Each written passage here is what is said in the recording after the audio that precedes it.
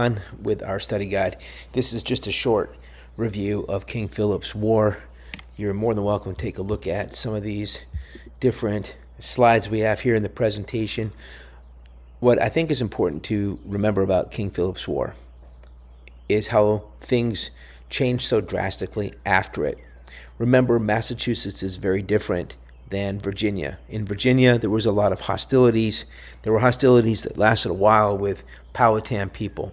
Here in Massachusetts, you had this truce, this alliance, a 50-year peace between the early pilgrims at Plymouth. And when they all pass away, things begin to change. And remember that Indian peoples, including Philip, whose name is Metacom, who's now the sachem or chief of the people who welcomed the separatist pilgrims, he's looking out there in the 1670s and seeing tens of thousands of English. His group of people is greatly diminished. Many of them are living in the praying towns, and he sees his lands also greatly reduced. Don't forget, they were worried that their way of life was changing and that they were becoming second-class citizens in their own country. What's special about what happened back then is look at all the red towns. These are the praying towns that are a mixture of people that were English, native people from different tribes. And this is probably an important slide right here, showing you that each side really is fighting to see that their way of life dominates. And of course, we know that Philip loses, and because of that, everything changes in New England.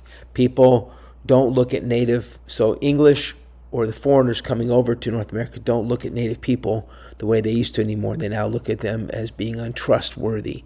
This continues as native people continue to be pushed off their lands. Other wars will happen. Many native groups are moved farther and farther west. The unfair trading practices continued. This is just a look at who fought in the war, but you don't necessarily need to know that so much. But the result, I think, is important. Both sides pay a high price. Native people, their way of life pretty much ends. You don't really hear about a lot of events involving Native American people after this in New England. The English way of life does prevail, although their cost is really high too. Each side loses thousands of people. I know it says hundreds here, but it was more into the thousands. I was wrong on that. Just about every family is affected by this thing. Many people did go back to England because of this war, which lasted about a year. And so things change forever. And that's, I think, what is most important to remember about King Philip's War.